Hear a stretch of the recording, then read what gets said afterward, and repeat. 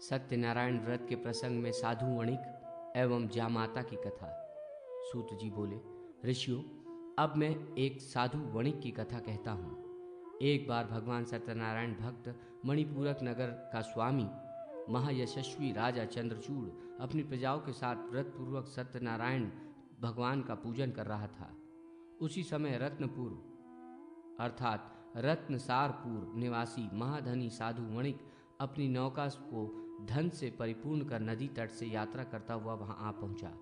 वहां उसने अनेक ग्रामवासियों सहित मणियुक्ता से निर्मित तथा श्रेष्ठ वितनादि से विभूषित पूजन मंडप को देखा। गीत वाद्य आदि की ध्वनि तथा वेद ध्वनि भी वहां उसे सुनाई पड़ी। उस रम्य स्थान को देखकर साधु वणिक ने अपने नाविक को आदेश दिया कि यहीं पर वो नौका रोक दे। मैं यहाँ के आयोजन को देखना चाहता हूँ। इस पर नाविक ने वैसा ही किया। नाव से उतरकर उस वणिक ने लोगों से जानकारी प्राप्त की और वो सत्यनारायण भगवान की कथा मंडप में चला गया तथा वहां उसने उन सभी से पूछा, महाशय, आप लोग ये कौन सा पुण्य कार्य कर रहे हैं? इस पर उन लोगों ने कहा, हम लोग अपने मानवीय राजा के साथ भगवान सत्यनारायण की पूजा कथा का आयोजन कर रहे हैं। इसी व्रत के अनुष्ठान से इन्हें निष्कंटक राज्य प्राप्त हुआ है। भगवान सत्यनारायण की पूजा से धन कामना वाला द्रव्य लाभ, पुत्र की कामना वाला उत्तम पुत्र, ज्ञान की कामना वाला ज्ञान दृष्टि प्राप्त करता है और भयातुर मनुष्य सर्वथा निर्भय हो जाता है। उनकी पूजा से मनुष्य अपनी सभी कामनाओं को प्राप्त कर लेता है। ये सुनकर उसने गले में वस्त्र को कई बार लपेटकर भगवान सत्यनारायण को दंडवत प्रणाम कर सभासदों को भी सादर प्रणाम किया और कहा, भगवान, मैं संततिहीन हूँ, अतः मेरा सारा ऐश्वर्य तथा सारा उद्यम सभी व्यर्थ है। हे कृपा सागर, यदि आपकी कृपा से पुत्र या कन्या मैं प्राप्त करूंगा तो स्वर्णमयी पताका बनाकर आपकी पूजा करूंगा। इस पर सभासदों ने कहा, आपकी कामना पूर्ण हो। तदनंतर उसने भगवान सत्यनारायण एवं सभासदों को पुनः प्रणाम कर प्रसाद ग्रहण किया और हृदय से भगवान का चिंतन करता हुआ वो साधु वणिक सबके साथ अपने घर चला गया। घर आने पर मांगलिक द्रव्यों से स्त्रियों ने उसका यथोचित स्वागत किया। साधु वणिक अतिशय आश्चर्य के साथ मंगलमय अंतःपुर में गया। उसकी पतिव्रता पत्नी लीलावती ने भी उसकी स्त्रियोचित सेवा की। भगवान सत्यनारायण की कृपा से समय आने पर बंधु बांधवों को आनंदित करने वाली तथा कमल के समान नेत्र वाली उसे एक कन्या उत्पन्न हुई। इससे साधु वणिक अतिशय आनंदित हुआ और उस समय उसने पर्याप्त धन का दान किया। वैदज्ञ ब्राह्मणों को बुलाकर उसने कन्या के जात कर्म आदि मंगल कृत्य संपन्न किए। उस बालिका की जन्म कुंडली बनवाकर उसका नाम कलावती रखा। कला निधि चंद्रमा की कला के समान वो कलावती नित्य बढ़ने लगी। 8 वर्ष की बालिका गौरी, 9 वर्ष की रोहिणी, 10 वर्ष की कन्या तथा उसके आगे अर्थात 12 वर्ष की बालिका प्रौढ़ा या रजस्वला कहलाती है। समयानुसार कलावती भी बढ़ते बढ़ते विवाह के योग्य हो गई। उसका पिता कलावती को विवाह योग्य जानकर उसके संबंध की चिंता करने लगा। कांचनपुर नगर में एक शंखपति नाम का वणिक रहता था। वो कुलीन, रूपवान, संपत्तिशाली, शील और उदारता आदि गुणों से संपन्न था। अपनी पुत्री के योग्य उस वर को देखकर साधु वणिक ने शंखपति का वरण कर लिया और शुभ लग्न में अनेक मांगलिक उपचारों के साथ अग्नि के सानिध्य में वेद वाद्य आदि ध्वनियों के साथ यथाविधि कन्या उसे प्रदान कर दी। साथ ही मणि, मोती, मूंगा, वस्त्र, आभूषण आदि भी उस साधु वणिक ने मंगल के लिए अपनी पुत्री एवं जामाता को प्रदान किए। साधु वणिक अपने दामाद को अपने घर में रखकर उसे पुत्र के समान मानता था और वो भी पिता के समान साधु वणिक का आदर करता था। इस प्रकार बहुत समय बीत गया। साधु वणिक ने भगवान सत्यनारायण की पूजा करने का पहले ये संकल्प लिया था कि संतान प्राप्त होने पर मैं भगवान सत्यनारायण की पूजा करूंगा, पर इस बात को वो भूल ही गया। उसने पूजा नहीं की। कुछ दिनों बाद वो अपने जामाता के साथ व्यापार के निमित्त सुदूर नर्मदा के दक्षिण तट पर गया और वहां व्यापार निरत होकर बहुत दिनों तक ठहरा, पर वहां भी उसने सत्यदेव की किसी प्रकार उपासना नहीं की और परिणाम स्वरूप भगवान के प्रकोप का भाजन बनकर वो अनेक संकटों से ग्रस्त हो गया। एक समय कुछ चोरों ने एक निस्तब्ध रात्रि में वहां के राजमहल से बहुत सा द्रव्य तथा मोती की माला को चुरा लिया। राजा ने चोरी की बात ज्ञात होने पर अपने राजपुरुषों को बुलाकर बहुत फटकारा और कहा कि यदि तुम लोगों ने चोरों का पता लगाकर सारा धन यहाँ 2 दिनों में उपस्थित नहीं किया तो तुम्हारी असावधानी के लिए तुम्हें मृत्युदंड दिया जाएगा। इस पर राजपुरुषों ने सर्वत्र व्यापक छानबीन की, परंतु बहुत प्रयत्न करने के बाद भी वे उन चोरों का पता नहीं लगा सके। फिर वे सभी एकत्रित होकर विचार करने लगे, अहो बड़े कष्ट की बात है, चोर तो मिला नहीं, धन भी नहीं मिला। अब राजा हम लोगों को परिवार के साथ मार डालेगा, मरने पर भी हमें प्रेत योनि प्राप्त होगी। इसलिए अब तो यही श्रेयस्कर है कि हम लोग पवित्र नर्मदा नदी में डूबकर मर जाएं, क्योंकि नर्मदा के प्रभाव से हमें शिवलोक की प्राप्ति होगी। वे सभी राजपुरुष आपस में ऐसा निश्चय कर नर्मदा नदी के तट पर गए। वहां उन्होंने उस साधु वणिक को देखा और उसके कंठ में मोती की माला भी देखी। उन्होंने साधु वणिक को ही चोर समझ लिया और वे सभी प्रसन्न होकर उन दोनों साधु वणिक और उसके जामाता को धन सहित पकड़कर राजा के पास ले आए। भगवान सत्यनारायण भी पूजा करने में असत्य का आश्रय लेने के कारण वणिक के प्रतिकूल हो गए थे। इसी कारण राजा ने भी विचार किए बिना अपने सेवकों को आदेश दिया कि इनकी सारी संपत्ति जब्त कर खजाने में जमा कर दो और इन्हें हथकड़ी लगाकर जेल में डाल दो। सेवकों ने राजाज्ञा का पालन किया। वणिक की बातों पर किसी ने कुछ भी ध्यान नहीं दिया। अपने जामाता के साथ वो वणिक अत्यंत दुखित हुआ और विलाप करने लगा, हाँ पुत्र, मेरा धन अब कहाँ चला गया? मेरी पुत्री और पत्नी कहाँ है? विधाता की प्रतिकूलता तो देखो, हम दुख सागर में निमग्न हो गए। अब इस संकट से हमें कौन पार करेगा? मैंने धर्म एवं भगवान के विरुद्ध आचरण किया, ये उन्हीं कर्मों का प्रभाव है। इस प्रकार विलाप करते हुए वे ससुर और जामाता कई दिनों तक जेल में भीषण संताप का अनुभव करते रहे। सत्यनारायण व्रत कथा का 5वां अध्याय। सत्य धर्म के आश्रय से सबका उद्धार। लीलावती एवं कलावती की कथा। सूत जी ने कहा, ऋषियों, आध्यात्मिक, आदि दैविक तथा आदि भौतिक इन तीनों तापों को हरण करने वाले भगवान विष्णु के मंगलमय चरित्र को जो सुनते हैं वे सदा हरि के धाम में निवास करते हैं, किंतु जो भगवान का आश्रय नहीं ग्रहण करते उन्हें विस्मृत कर देते हैं, उन्हें कष्टमय नरक प्राप्त होता है। भगवान विष्णु की पत्नी का नाम कमला है। इनके 4 पुत्र हैं, धर्म, यज्ञ, राजा और चोर। ये सभी लक्ष्मी को प्रिय हैं, अर्थात ये लक्ष्मी की इच्छा करते हैं। ब्राह्मणों और अतिथियों को जो दान दिया जाता है वो धर्म कहा जाता है। उसके लिए धन की आवश्यकता होती है। स्वाहा और स्वधा के द्वारा जो देव यज्ञ और पितृ यज्ञ किया जाता है वो यज्ञ कहा जाता है। उसमें भी धन की अपेक्षा होती है। धर्म और यज्ञ की रक्षा करने वाला राजा कहलाता है, इसलिए राजा को भी लक्ष्मी धन की अपेक्षा होती है। धर्म और यज्ञ को नष्ट करने वाला चोर कहलाता है, वो भी धन की इच्छा से ही चोरी करता है। इसलिए ये चारों किसी न किसी रूप में लक्ष्मी के किंकर हैं। परंतु जहां सत्य रहता है वहीं धर्म रहता है और वहीं लक्ष्मी भी स्थिर रूप में रहती है। वह वणिक सत्य धर्म से च्युत हो गया था, इसलिए राजा ने उस वणिक के घर से सारा धन हरण करवा लिया और घर में चोरी भी हो गई। बेचारी उसकी धर्मपत्नी लीलावती एवं पुत्री कलावती के साथ अपने वस्त्र, आभूषण तथा मकान बेचकर जैसे तैसे जीवन यापन करने लगी। एक दिन उसकी कन्या कलावती भूख से व्याकुल होकर किसी ब्राह्मण के घर गई और वहां उसने ब्राह्मण को भगवान सत्यनारायण की पूजा करते हुए देखा।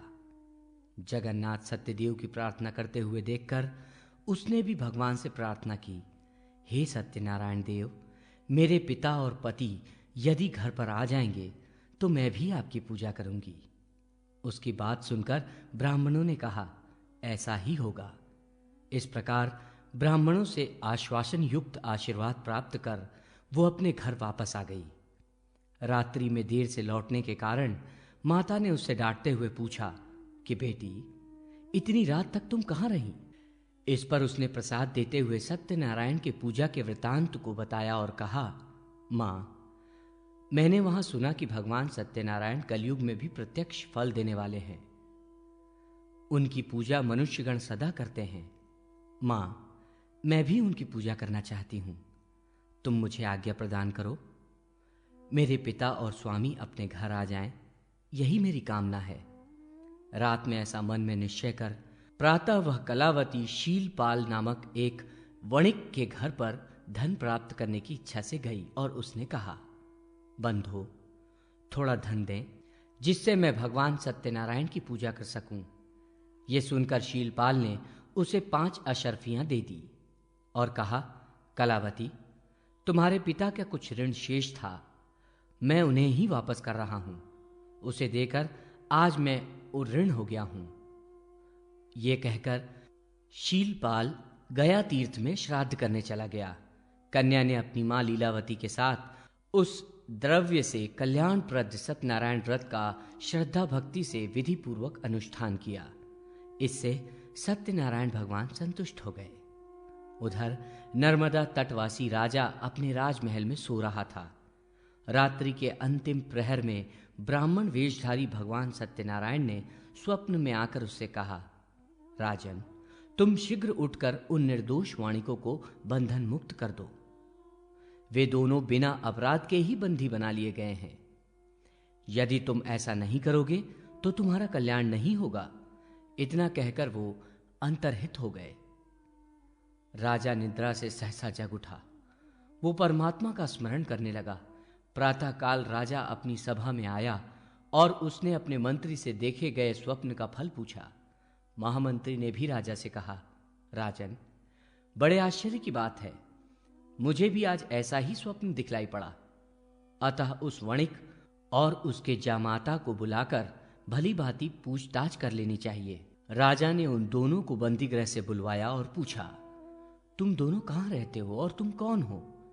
इस पर साधु वणिक ने कहा, राजन, मैं रत्नपुर का निवासी एक वणिक हूं। मैं व्यापार करने के लिए यहां आया था, पर देववश आपके सैनिकों ने हमें चोर समझकर पकड़ लिया। साथ में ये मेरा जामाता है। बिना अपराध के ही हमें मणिमुक्ता की चोरी लगी है। राजेंद्र, हम दोनों चोर नहीं हैं। आप भली भांति विचार कर लें। उसकी बातें सुनकर राजा को बड़ा पश्चाताप हुआ। उन्होंने उन्हें बंधन मुक्त कर दिया, अनेक प्रकार से अलंकृत कर भोजन कराया और वस्त्र आभूषण आदि देकर उनका सम्मान किया। साधु वणिक ने कहा, राजन, मैंने कारागार में अनेक कष्ट भोगे हैं। अब मैं अपने नगर जाना चाहता हूं। आप मुझे आज्ञा दें। इस पर राजा ने अपने कोषाध्यक्ष के माध्यम से साधु वणिक की नौका रत्नों आदि से परिपूर्ण करवा दी। फिर वो साधु वणिक अपने जामाता के साथ राजद्वार सम्मानित हो द्विगुणित धन लेकर रत्नपुर की ओर चला। साधु वणिक ने अपने नगर के लिए प्रस्थान किया, पर भगवान सत्यनारायण का पूजन वो उस समय भी भूल गया। भगवान सत्यदेव ने जो कलयुग में तत्काल फल देते हैं, पुनः तपस्वी का रूप धारण कर वहां आकर उससे पूछा, साधु, तुम्हारी इस नौका में क्या है? इस पर साधु वणिक ने उत्तर दिया, आपको देने के लिए कुछ भी धन मेरे पास नहीं है। नाव में केवल कुछ लताओं के पत्ते भरे पड़े हैं। साधु वणिक के ऐसा कहने पर तपस्वी ने कहा, ऐसा ही होगा। इतना कहकर तपस्वी अंतर्ध्यान हो गए। उनके ऐसा कहते ही नौका में धन के बदले केवल पत्ते ही दिखने लगे। ये सब देखकर साधु अत्यंत चकित एवं चिंतित हो गया। उसे मूर्छा सी आ गई। वह अनेक प्रकार के विलाप करने लगा। वज्रपात होने के समान वह स्तब्ध होकर सोचने लगा कि अब मैं क्या करूं, कहां जाऊं, मेरा धन कहां चला गया। जामाता के समझाने बुझाने पर इसे तपस्वी का शाप समझकर वो पुनः उन्हीं तपस्वी की शरण में गया और गले में कपड़ा लपेटकर उस तपस्वी को प्रणाम करके कहा, महाभाग, आप कौन हैं? कोई गंधर्व है या देवता है या साक्षात परमात्मा है? प्रभु, मैं आपकी महिमा को लेश मात्र भी नहीं जानता। आप मेरे अपराधों को क्षमा कर दें और मेरी नौका के धन को पुनः पूर्ववत कर दें। इस पर तपस्वी रूप भगवान सत्यनारायण ने कहा कि तुमने चंद्रचूड़ राजा के सत्यनारायण के मंडप में संतति के प्राप्त होने पर भगवान सत्यदेव की पूजा करूंगा ऐसी प्रतिज्ञा की थी।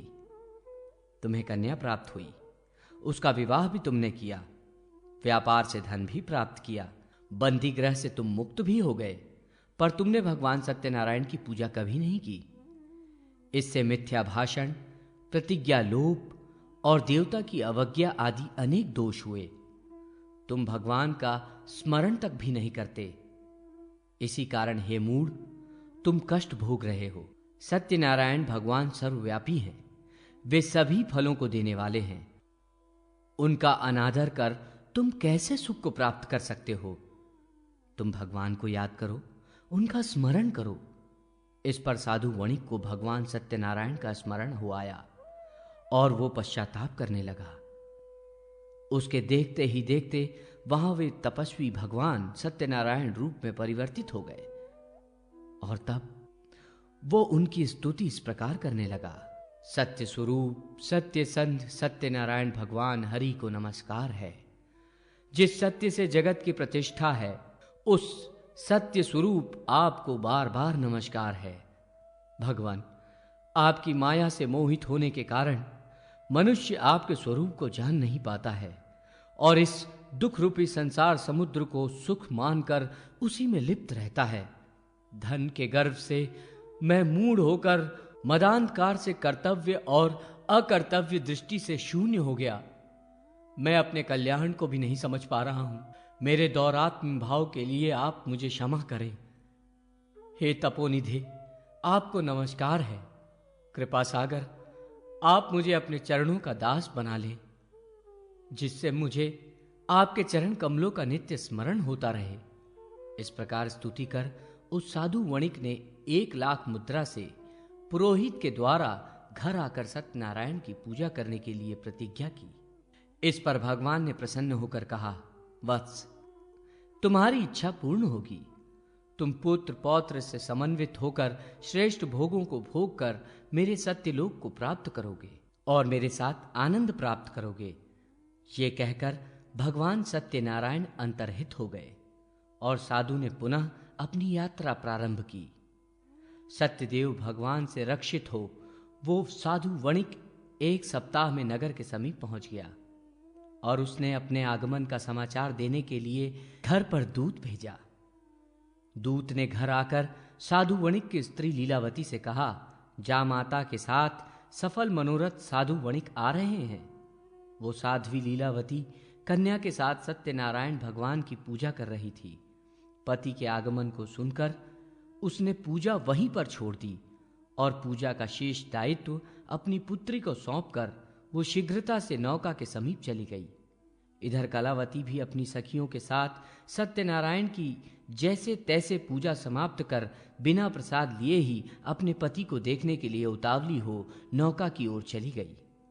भगवान सत्यनारायण के प्रसाद के अपमान से जामाता सहित साधु वणिक की नौका जल के मध्य में अलक्षित हो गई। ये देखकर सभी दुख में निमग्न हो गए। साधु वणिक भी मूर्छित हो गया। कलावती भी ये देखकर मूर्छित हो पृथ्वी पर गिर पड़ी और उसका सारा शरीर आंसुओं से भीग गया। वो हवा के वेग से हिलते हुए केले के पत्ते के समान कांपने लगी।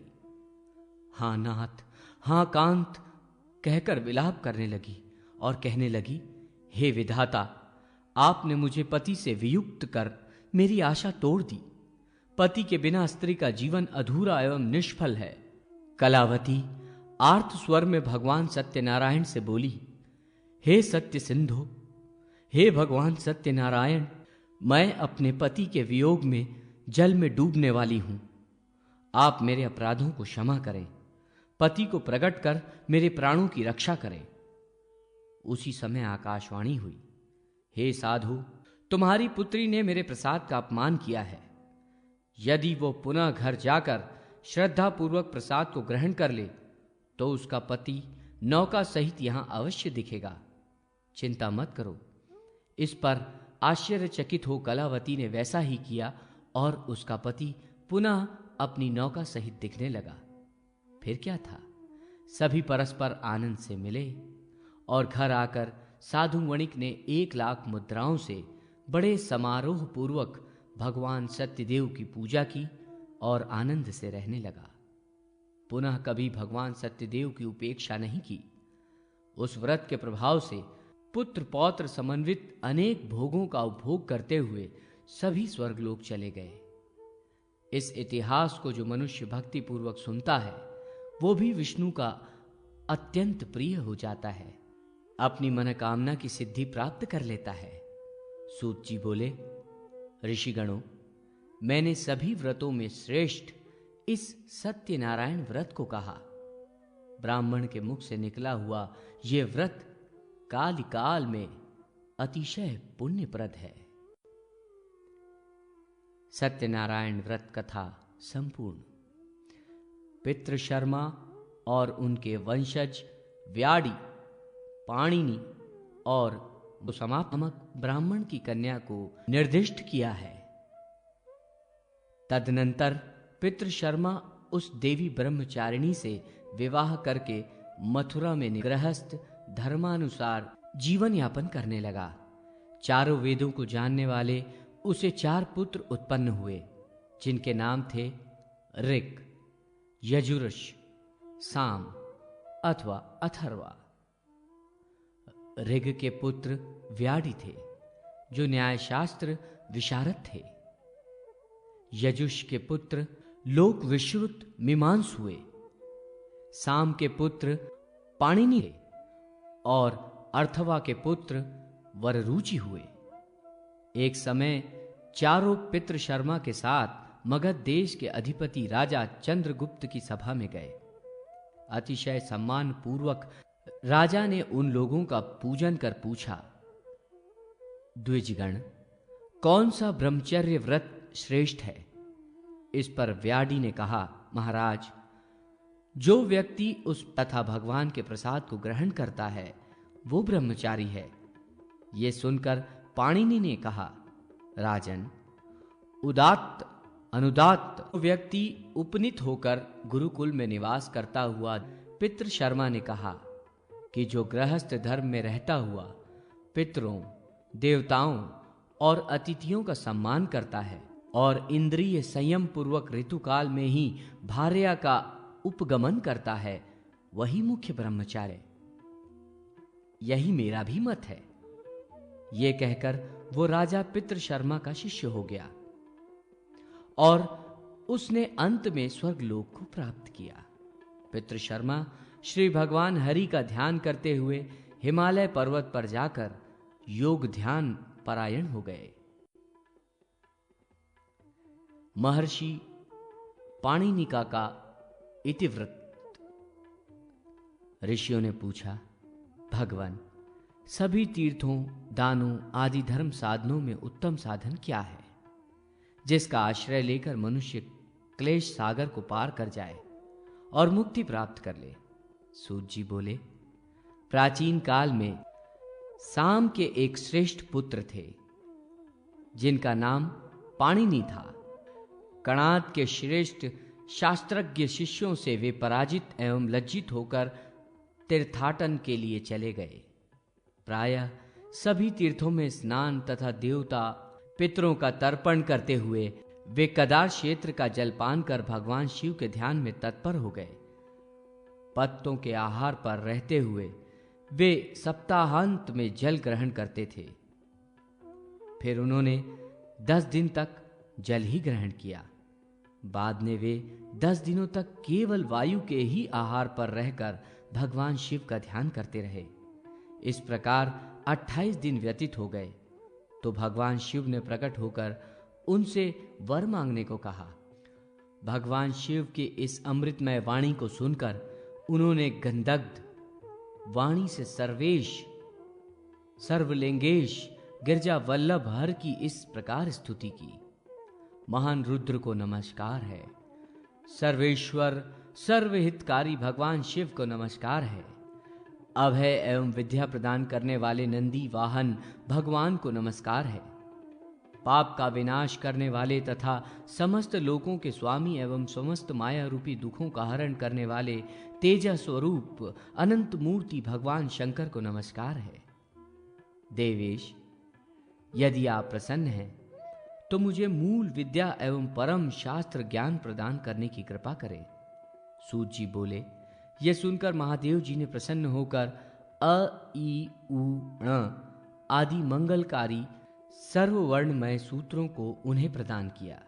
ज्ञान रूपी सरोवर के सत्य रूपी जल से जो राग द्वेष रूपी मल का नाश करने वाला है, उस मानस तीर्थ को प्राप्त करने पर, अर्थात उस मानस तीर्थ में अवगाहन करने पर सभी तीर्थों का फल प्राप्त हो जाता है। ये महान मानस ज्ञान तीर्थ ब्रह्मा के साक्षात्कार कराने में समर्थ है। पाणी ने, मैंने ये सर्वोत्तम तीर्थ तुम्हें प्रदान किया है, इससे तुम कृतकृत्य हो जाओगे। ये कहकर भगवान रुद्र अंतर्हित हो गए और पाणिनि अपने घर पर आ गए। पाणिनि ने सूत्रपाठ, धातुपाठ, गणपाठ और लिंग सूत्र रूप व्याकरण शास्त्र का निर्माण कर परम निर्वाण प्राप्त किया। अतः भार्गव श्रेष्ठ, तुम मनोमय ज्ञान तीर्थ का अवलंबन करो। उन्हीं से कल्याणमयी सर्वोत्तम तीर्थमयी गंगा प्रकट हुई है। गंगा से बढ़कर उत्तम तीर्थ न कोई हुआ है और न आगे होगा। वोपदेव के चरित्र प्रसंग में श्रीमद् भागवत महात्म्य। सूत जी बोले, महामुनि शौनक, तोताद्री में एक वोपदेव नाम के ब्राह्मण रहते थे। वे कृष्ण भक्त और वेदांग पारंगत थे। उन्होंने गोप गोपियों से प्रतिष्ठित वृंदावन तीर्थ में जाकर देवादिदेव जनार्दन की आराधना की। एक वर्ष बाद भगवान श्री हरि ने प्रसन्न होकर उन्हें अतिशय श्रेष्ठ ज्ञान प्रदान किया। उसी ज्ञान के द्वारा उनके हृदय में भागवती कथा का उदय हुआ, जिस कथा को श्री सुखदेव जी ने बुद्धिमान राजा परीक्षित को सुनाया था। उस सनातनी मोक्ष स्वरूपा कथा का वोमदेव ने हरि लीलामृत नाम से पुनः वर्णन किया।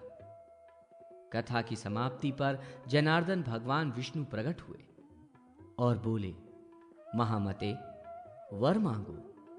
वोपदेव ने अतिशय स्नेहमयी वाणी से कहा, भगवान, आपको नमस्कार है। आप संपूर्ण संसार पर अनुग्रह करने वाले हैं। आपसे देव, मनुष्य, पशु, पक्षी सभी निर्मित हुए हैं। नरक से दुखी प्राणी भी इस कलयुग में आपके ही नाम से कृतार्थ होते हैं। महर्षि वेद व्यास रचित श्रीमद् भगवत गीता का ज्ञान तो आपने ही मुझे प्रदान किया है। पुनः यदि आप वर प्रदान करना चाहते हैं तो उस भागवत का महात्म मुझसे कहें। श्री भगवान बोले, वोपदेव, एक समय भगवान शंकर पार्वती के साथ दंभ और पाखंड से युक्त बौद्धों के राज्य प्राप्त होने पर काशी में उत्तम भूमि देखकर वहां स्थित हो गए। भगवान शंकर ने आनंद पूर्वक प्रणाम करते हुए कहा, हे सच्चिदानंद, हे विभो, हे जगत को आनंद प्रदान करने वाले, आपकी जय हो। इस प्रकार की वाणी सुनकर पार्वती ने भगवान शंकर से पूछा, भगवान, आपके समान दूसरा अन्य देवता कौन है जिसे आपने प्रणाम किया? इस पर भगवान शिव ने कहा, महादेवी, ये काशी परम पवित्र क्षेत्र है। ये स्वयं सनातन ब्रह्म स्वरूप है। ये प्रणाम करने योग्य है। यहां मैं सप्ताह यज्ञ करूंगा। उस यज्ञ स्थल की रक्षा के लिए भगवान शंकर ने चंडिश, गणेश, नंदी तथा गुम्भकों को स्थापित किया और स्वयं ध्यान में स्थित होकर माता पार्वती से 7 दिन भागवती कथा कहते रहे। 8वें दिन पार्वती को सोते देखकर उन्होंने पूछा कि तुमने कितनी कथा सुनी? उन्होंने कहा, देव, मैंने अमृत मंथन पर्यंत विष्णु चरित्र का श्रवण किया। इसी कथा को वहीं वृक्ष के कूटर में स्थित शुक रूपी शुकदेव सुन रहे थे। अमृत कथा के श्रवण से वे अमर हो गए। मेरी इस आज्ञा से वो शुक साक्षात तुम्हारे हृदय में स्थित हैं। वो उपदेव, तुमने इस दुर्लभ भागवत महात्म को मेरे द्वारा प्राप्त किया है। अब तुम जाकर राजा विक्रम के पिता गंधर्व सेन को नर्मदा के तट पर इसे सुनाओ। हरि महात्म का दान करना सभी दानों में उत्तम दान है। इसे विष्णु भक्त बुद्धिमान सत्पात्र को ही सुनना चाहिए। भूखे को अन्न दान करना भी इसके समान दान नहीं है। ये कहकर भगवान श्री हरि अंतर्हित हो गए और वो उपदेव बहुत प्रसन्न हो गए। श्री दुर्गा सप्तशती के आदि चरित्र का महात्म्य। ऋषियों ने पूछा, सूत जी महाराज, अब आप हम लोगों को ये बतलाने की कृपा करें कि किस स्तोत्र के पाठ करने से वेदों के पाठ करने का फल प्राप्त होता है और पाप विनष्ट होते हैं। सूत जी बोले, ऋषियों, इस विषय में आप एक कथा सुने। राजा विक्रमादित्य के राज में एक ब्राह्मण रहता था। उसकी स्त्री का नाम था कामिनी। एक बार वो ब्राह्मण श्री दुर्गा सप्तशती का पाठ करने के लिए अन्यत्र गया हुआ था। इधर उसकी स्त्री कामिनी, जो अपने नाम के अनुरूप कर्म करने वाली थी, पति के न रहने पर निंदित कर्म में प्रवृत्त हो गई। फलतः उसे एक निघ्न पुत्र उत्पन्न हुआ, जो व्याधकर्मा नाम से प्रसिद्ध हुआ। वो भी अपने नाम के अनुरूप कर्म करने वाला था, धूर्त था तथा वेद पाठ से रहित था। उस ब्राह्मण ने अपनी स्त्री एवं पुत्र के निंदित कर्म और पापमय आचरण को देखकर उन दोनों को घर से निकाल दिया तथा स्वयं घर में धर्म में तत्पर रहते हुए विंध्याचल पर्वत पर प्रतिदिन चंडी पाठ करने लगा। जगदम्बा के अनुग्रह से अंत में वह जीवन मुक्त हो गया। इधर वे दोनों माता पुत्र पूर्व परिचित निषाद के पास चले गए और वहीं निवास करने लगे। वहां भी वे दोनों अपने निंदित आचरण को छोड़ न सके और इन्हीं बुरे कर्मों से धन संग्रह करने लगे। व्याधकर्मा चौर्य कर्म में प्रवृत्त हो गया। ऐसे ही भ्रमण करते हुए देवयोग से एक दिन वो व्याधकर्मा देवी के मंदिर में पहुंचा। वहां एक श्रेष्ठ ब्राह्मण श्री दुर्गा सप्तशती का पाठ कर रहे थे। दुर्गा पाठ के आदि चरित के किंचित पाठ मात्र के श्रवण से उसकी दुष्ट बुद्धि धर्ममय हो गई। फलतः धर्म बुद्धि संपन्न उस व्याधकर्मा ने उस श्रेष्ठ विप्र का शिष्यत्व ग्रहण कर लिया और अपना सारा धन उन्हें दे दिया। गुरु की आज्ञा से उसने देवी के मंत्र का जप किया। बीज मंत्र के प्रभाव से उसके शरीर से पाप समूह कृमि के रूप में निकल गए। 3 वर्ष तक इस प्रकार जप करते हुए वह निष्पाप श्रेष्ठ द्विज हो गया। इसी प्रकार मंत्र जप और आदि चरित्र का पाठ करते हुए उसे 12 वर्ष व्यतीत हो गए। तदनंतर वह द्विज काशी में चला आया। मुनि एवं देवों से पूजित महादेवी अन्नपूर्णा का उसने रोचनादि उपचारों के द्वारा पूजन किया और उनकी स्तुति की। इस स्तुति का 108 बार जप कर ध्यान में नेत्रों को बंद कर वो वहीं सो गया। स्वप्न में उसके सम्मुख अन्नपूर्णा शिवा उपस्थित हुईं और उसे ऋग्वेद ज्ञान प्रदान कर अंतर्हित हो गईं।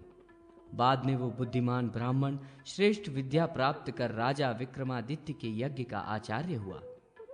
यज्ञ के बाद योग धारण कर हिमालय चला गया। हे विप्रो, मैंने आप लोगों को देवी के पुण्यमय आदि चरित्र के महात्म को बतलाया, जिसके प्रभाव से उस व्याधकर्मा ने ब्राह्मी भाव प्राप्त कर परमोत्तम सिद्धि को प्राप्त कर लिया था। श्री दुर्गा सप्तशती के मध्यम चरित्र का महात्म।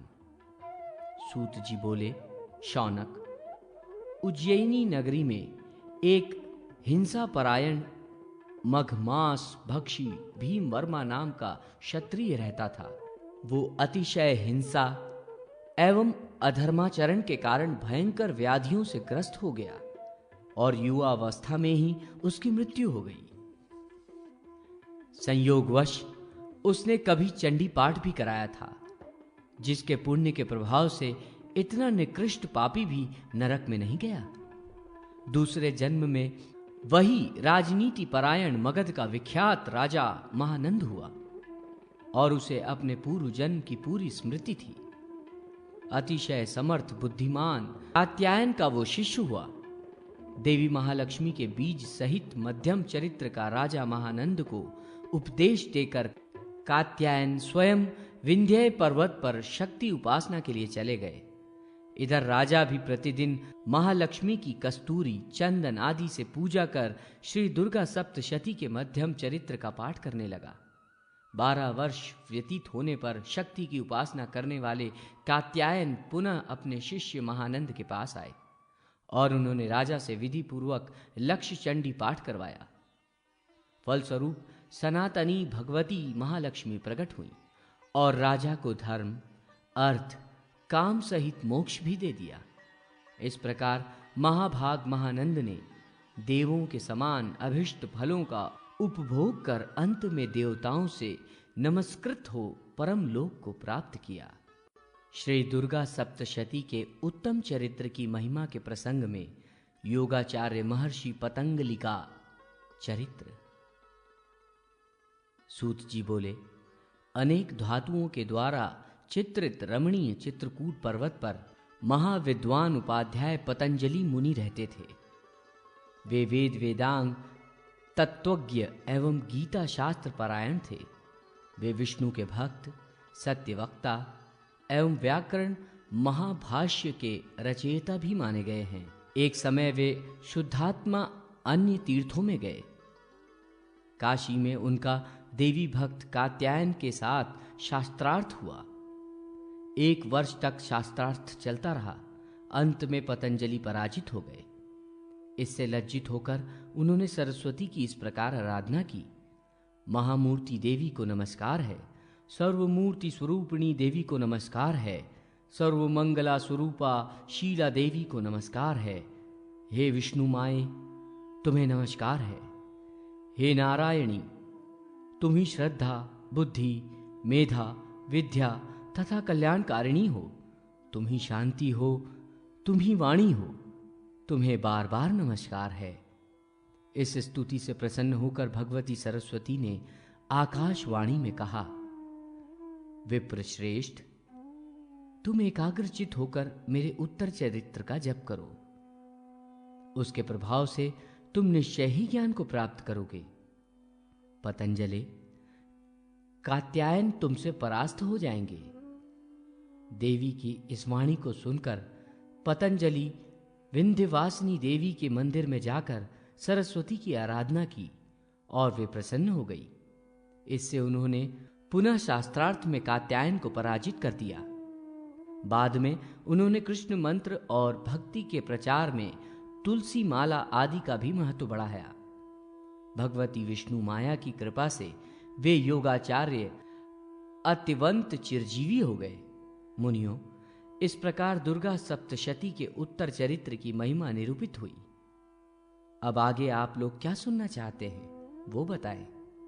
सभी का कल्याण हो, कोई भी दुख प्राप्त न करे। गरुड़ध्वज पुंडरीकाक्ष भगवान विष्णु मंगलमय हैं। भगवान विष्णु मंगल मूर्ति हैं। जो व्यक्ति पवित्र होकर इस इतिहास समुच्चय को प्रतिदिन सुनता है वो परम गति को प्राप्त होता है। आल्हा खंड का उपक्रम, आला उदल की कथा। ऋषियों ने पूछा, सूत जी महाराज, आपने महाराज विक्रमादित्य के इतिहास का वर्णन किया। द्वापर युग के समान उनका शासन धर्म एवं न्यायपूर्ण था और लंबे समय तक इस पृथ्वी पर रहा। महाभाग, उस समय भगवान श्री कृष्ण ने अनेक लीलाएं की थीं। आप उन लीलाओं का हम लोगों से वर्णन कीजिए, क्योंकि आप सर्वज्ञ हैं। भगवान नर नारायण के अवतार स्वरूप भगवान श्री कृष्ण एवं उनके सखा नर श्रेष्ठ अर्जुन, उनकी लीलाओं को प्रकट करने वाली भगवती सरस्वती तथा उनके चरित्र का वर्णन करने वाले वेदव्यास को नमस्कार कर अष्टादश पुराण, रामायण तथा महाभारत आदि जय नाम से व्यपदिष्ट ग्रंथों का वाचन करना चाहिए। मुनिगणों, भविष्य नामक महाकल्प के वैवस्वत मनवंतर के 28वें द्वापर युग के अंत में कुरुक्षेत्र का प्रसिद्ध महायुद्ध हुआ। उसमें युद्ध कर दुर्भिमानी सभी कौरवों पर पांडवों ने 18वें दिन पूर्ण विजय प्राप्त की। अंतिम दिन भगवान श्री कृष्ण ने काल की दुर्गति को जानकर योग रूपी सनातन शिव की मन से इस प्रकार स्तुति की। शांत स्वरूपी सब भूतों के स्वामी, कपर्दी, कालकर्ता, जगदंबरता, पाप विनाशक रुद्र, मैं आपको बार बार प्रणाम करता हूं। भगवान, आप मेरे भक्त पांडवों की रक्षा करें। इस स्तुति को सुनकर भगवान शंकर नंदी पर आरूढ़ हो हाथ में त्रिशूल लिए पांडवों के शिविर की रक्षा करने आ गए। उस समय महाराज युधिष्ठिर की आज्ञा से भगवान श्री कृष्ण हस्तिनापुर गए थे और पांडव सरस्वती के किनारे रहते थे। मध्य रात्रि में अश्वत्थामा, भोज और कृपाचार्य, ये तीनों पांडव शिविर के पास आए और उन्होंने मन से भगवान रुद्र की स्तुति कर उन्हें प्रसन्न कर लिया। इस पर भगवान शंकर ने उन्हें पांडव शिविर में प्रवेश करने की आज्ञा दे दी। बलवान अश्वत्थामा ने भगवान शंकर द्वारा प्राप्त तलवार से धृष्टद्युम्न आदि वीरों की हत्या कर दी। फिर वो कृपाचार्य और कृतवर्मा के साथ वापस चला गया। वहां एकमात्र पार्षद सूत ही बचा रहा। उसने इस जनसंहार की सूचना पांडवों को दी। भीम आदि पांडवों ने इसे शिवजी का ही कृत्य समझा। वे क्रोध से तिलमिला गए और अपने आयुधों से देवाधिदेव पिनाकी से युद्ध करने लगे। भीम आदि द्वारा प्रयुक्त अस्त्र शस्त्र शिवजी के शरीर में समाहित हो गए। इस पर भगवान शिव ने कहा कि तुम श्री कृष्ण के उपासक हो, अतः हमारे द्वारा तुम लोग रक्षित हो, अन्यथा तुम लोग वध के योग्य थे। इस अपराध का फल तुम्हें कलयुग में जन्म लेकर भोगना पड़ेगा। ऐसा कहकर वे अदृश्य हो गए और पांडव बहुत दुखी हुए। वे अपराध से मुक्त होने के लिए भगवान श्री कृष्ण की शरण में गए। निशस्त्र पांडवों ने श्री कृष्ण के साथ एकाग्र मन से शिव जी की स्तुति की। इस पर भगवान शंकर ने प्रत्यक्ष प्रकट होकर उनसे वर मांगने को कहा। भगवान श्री कृष्ण बोले, देव, पांडवों के जो शस्त्रास्त्र आपके शरीर में लीन हो गए हैं, उन्हें पांडवों को वापस कर दीजिए और इन्हें शाप से मुक्त भी कर दीजिए। शिव जी ने कहा, श्री कृष्ण चंद्र, मैं आपको प्रणाम करता हूं। उस समय मैं आपकी माया से मोहित हो गया था। उस माया के अधीन होकर मैंने ये शाप दे दिया। यद्यपि मेरा वचन मिथ्या तो नहीं होगा, तथापि ये पांडव तथा कौरव अपने अंशों से कलयुग में उत्पन्न होकर अंशतः अपने पापों का फल भोग कर मुक्त हो जाएंगे। युधिष्ठिर वत्सराज का पुत्र होगा, उसका नाम बलखानी होगा। वो शिरीष नगर का अधिपति होगा। भीम का नाम वीरण होगा और वो वनरस का राजा होगा। अर्जुन के अंश से जो जन्म लेगा वो महान बुद्धिमान और मेरा भक्त होगा।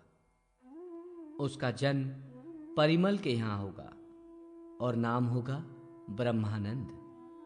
महाबलशाली नकुल का जन्म कान्यकुब्ज में रत्न भानु के पुत्र के रूप में होगा और उसका नाम होगा लक्षण। सहदेव भीम सिंह का पुत्र होगा और उसका नाम होगा देव सिंह। धृतराष्ट्र के अंश से अजमेर में पृथ्वीराज जन्म लेगा और द्रौपदी पृथ्वीराज की कन्या के रूप में वेला नाम से प्रसिद्ध होगी। महादानी कर्ण तारक नाम से जन्म लेगा। उस समय रक्त बीज के रूप में पृथ्वी पर मेरा भी अवतार होगा। कौरव माया युद्ध में निष्णात होंगे और पांडु पक्ष के योद्धा धार्मिक और बलशाली होंगे।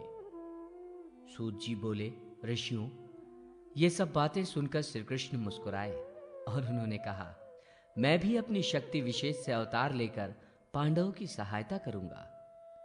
महादेवी द्वारा निर्मित महावती नाम की पुरी में देशराज के पुत्र रूप में मेरा अंश उत्पन्न होगा, जो उदय सिंह कहलाएगा। वह देवकी के गर्भ से उत्पन्न होगा। मेरे वैकुंठ धाम का अंश आहार्द नाम से जन्म लेगा। वो मेरा गुरु होगा। अग्निवंश से उत्पन्न राजाओं का विनाश कर मैं धर्म की स्थापना करूंगा। श्री कृष्ण की यह बात सुनकर शिव जी अंतर्हित हो गए। राजा शालीवाहन तथा ईशा मसीह की कथा। सूत जी ने कहा, ऋषियों, प्रातः काल में पुत्र शोक से पीड़ित सभी पांडव प्रेत कार्य कर पितामह भीष्म के पास आए। उनसे उन्होंने राजधर्म, मोक्ष धर्म और दान धर्मों के स्वरूप को अलग अलग रूप से भली भांति समझा। तदनंतर उन्होंने उत्तम आचरणों से 3 अश्वमेध यज्ञ किए। पांडवों ने 36 वर्ष तक राज किया और अंत में वे स्वर्ग चले गए। काली धर्म की वृद्धि होने पर वे भी अपने अंश से उत्पन्न हुए। अब आप सब मुनिगण अपने अपने स्थान को पधारें। मैं योग निद्रा के वशीभूत हो रहा हूं। अब मैं समाधिस्थ होकर गुणातीत परब्रह्म का ध्यान करूंगा। ये सुनकर नैमिषारण्यवासी मुनिगण यौगिक सिद्धि का अवलंबन कर आत्म सामीप्य में स्थित हो गए। दीर्घकाल व्यतीत होने पर शौनकादि मुनि ध्यान से उठकर पुनः सूत जी के पास पहुंचे। मुनियों ने पूछा, सूत जी महाराज, विक्रमाख्यान का तथा द्वापर में शिव की आज्ञा से होने वाले राजाओं का आप वर्णन कीजिए। सूत जी बोले, मुनियों, विक्रमादित्य के स्वर्गलोक चले जाने के बाद बहुत से राजा हुए। पूर्व में कपिल स्थान से पश्चिम में सिंधु नदी तक, उत्तर में बद्री क्षेत्र से दक्षिण में सेतु बंधक की सीमा वाले भारतवर्ष में उस समय 18 राज्य या प्रदेश थे।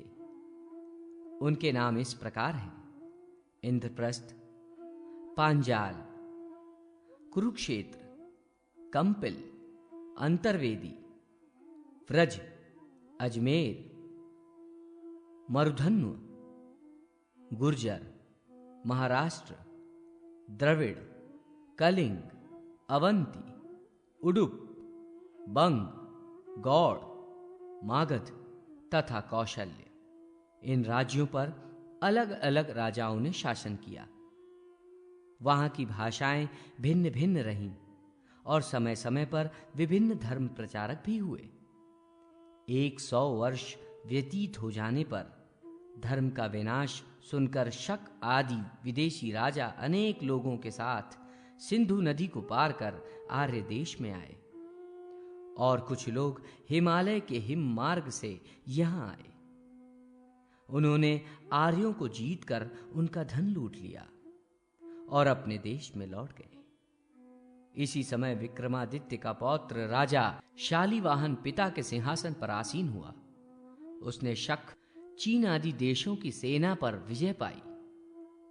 बाल्हिक, कामरूप, रोम तथा खुर देश में उत्पन्न हुए दुष्टों को पकड़कर उन्हें कठोर दंड दिया और उनका सारा कोष छीन लिया।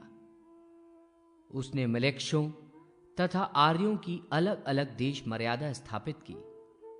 सिंधु प्रदेश को आर्यों का उत्तम स्थान निर्धारित किया और मलेच्छों के लिए सिंधु के उस पार का प्रदेश नियत किया। एक समय की बात है, वो शकाधीश शालीवाहन हिम शिखर पर गया। उसने हूण देश के मध्य स्थित पर्वत पर एक सुंदर पुरुष को देखा। उसका शरीर गोरा था और वह श्वेत वस्त्र धारण किए था। उस व्यक्ति को देखकर शकराज ने प्रसन्नता से पूछा, आप कौन हैं? उसने कहा, मैं ईश पुत्र हूं और कुमारी के गर्भ से उत्पन्न हुआ हूं। मैं मलेच्छ धर्म का प्रचारक और सत्यव्रत में स्थित हूं। राजा ने कहा, आपका कौन सा धर्म है? ईशपुत्र ने कहा, महाराज, सत्य का विनाश हो जाने पर मर्याद रहित मलेच्छ प्रदेश में मैं मसीह बनकर आया और दस्युओं के मध्य भयंकर ईसा मसीह नाम से एक कन्या उत्पन्न हुई। उसी को मलेच्छों से प्राप्त कर मैंने मसीहत्व प्राप्त किया। मैंने मलेच्छों में जिस धर्म की स्थापना की है उसे सुनिए। सबसे पहले मानस और दैहिक मल को निकालकर शरीर को पूर्णतः निर्मल कर लेना चाहिए। फिर इष्ट देवता का जप करना चाहिए, सत्यवाणी बोलनी चाहिए, न्याय से चलना चाहिए और मन को एकाग्र कर सूर्य मंडल में स्थित परमात्मा की पूजा करनी चाहिए, क्योंकि ईश्वर और सूर्य में समानता है। परमात्मा भी अचल है और सूर्य भी अचल है। सूर्य अनित्य भूतों के सार का चारों ओर से आकर्षण करते हैं। हे भूपाल, ऐसे कृत्य से वो मसीहा विलीन हो गई, पर मेरे हृदय में नित्य विशुद्ध कल्याणकारिणी ईश मूर्ति प्राप्त हुई है। इसलिए मेरा नाम ईशा मसीह प्रतिष्ठित हुआ। ये सुनकर राजा शालिवाहन ने उस मलेच्छ पूज्य को प्रणाम किया और उसे दारूण मलेच्छ स्थान में प्रतिष्ठित किया तथा अपने राज्य में आकर उस राजा ने अश्वमेध यज्ञ किया और 60 वर्ष तक राज्य करके स्वर्गलोक चला गया।